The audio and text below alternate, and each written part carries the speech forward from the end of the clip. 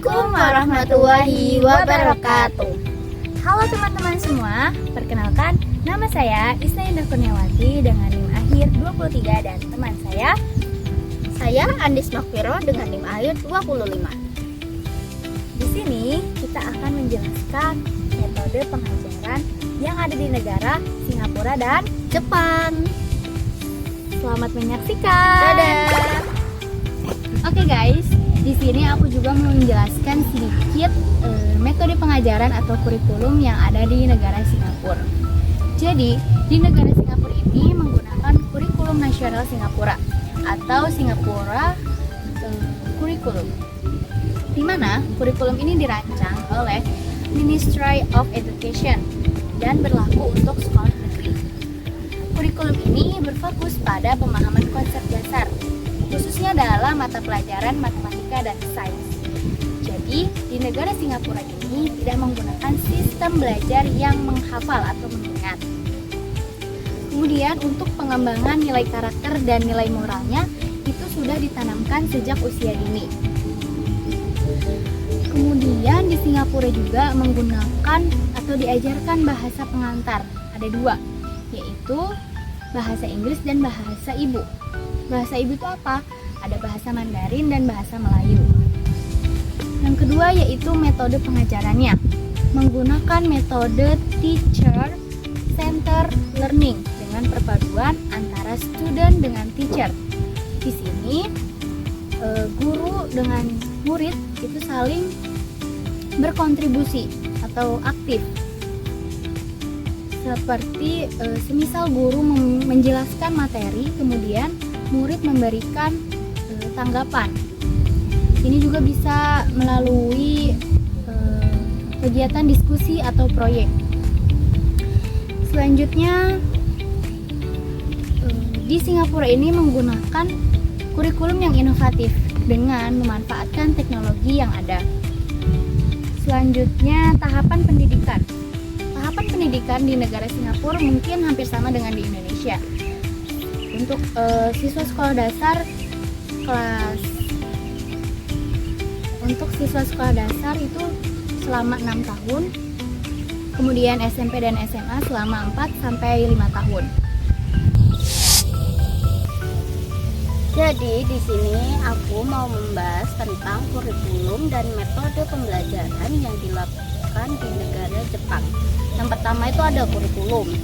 Kurikulum di Jepang ini tuh dirancang untuk mengembangkan keterampilan siswa secara menyeluruh, termasuk pengetahuan akademis, keterampilan sosial, dan karakter.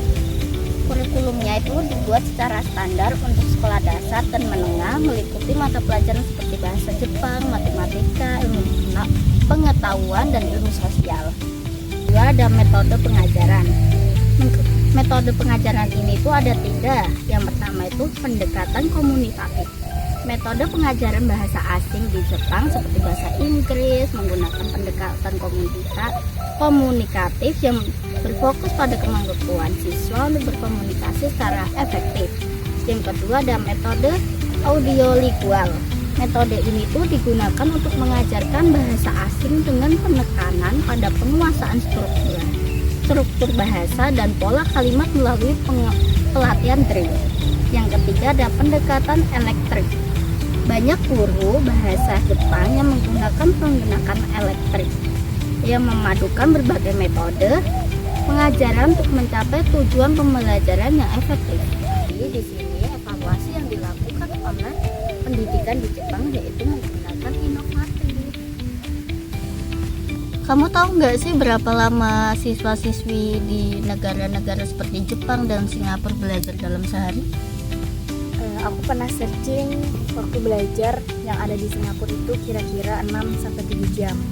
Nah, itu mulai sekolahnya itu dari jam 8.30 sampai 16.30 gitu kan. Nah, selain di jam itu, guru juga masih ngasih PR, terus masih ada kelas tambahan di luar jam sekolah gitu. Kira-kira kalau di negara Jepang kamu tahu gak berapa jam? Kalau aku baca nih ya, kalau di Jepang tuh sekitar 6 jam, itu dari jam 8.45 sampai jam 3.15. Itu pun mereka juga masih ada les tambahan, tugas tambahan, itu di luar jam sekolah juga. Kalau dihitung juga mungkin mereka belajarnya Sama kayak di Indonesia ya. 8 jam. 8 jam efektifnya. Di sini aku juga mau ngasih tahu beberapa contoh peran teknologi yang ada di negara Singapura. Jadi di negara Singapura ini teknologi itu sudah diintegrasikan dalam sistem pendidikan. Supaya apa? Supaya meningkatkan kualitas pembelajaran mereka. Nah, di Singapura ini juga menggunakan teknologi untuk mendukung pembelajaran yang lebih personal dan fleksibel. Selanjutnya, ada pembelajaran online. Di Singapura telah mengembangkan platform pembelajaran online untuk meningkatkan aksesibilitas dan fleksibilitas dalam belajar. Terus ada pengembangan keterampilan digital. Singapura ini menekankan pentingnya pengembangan keterampilan. Gunanya apa? Supaya siswa yang ada di Singapura ini sudah siap untuk menghadapi era digital di masa yang akan datang yang terus berkembang dengan cepat. Gitu guys.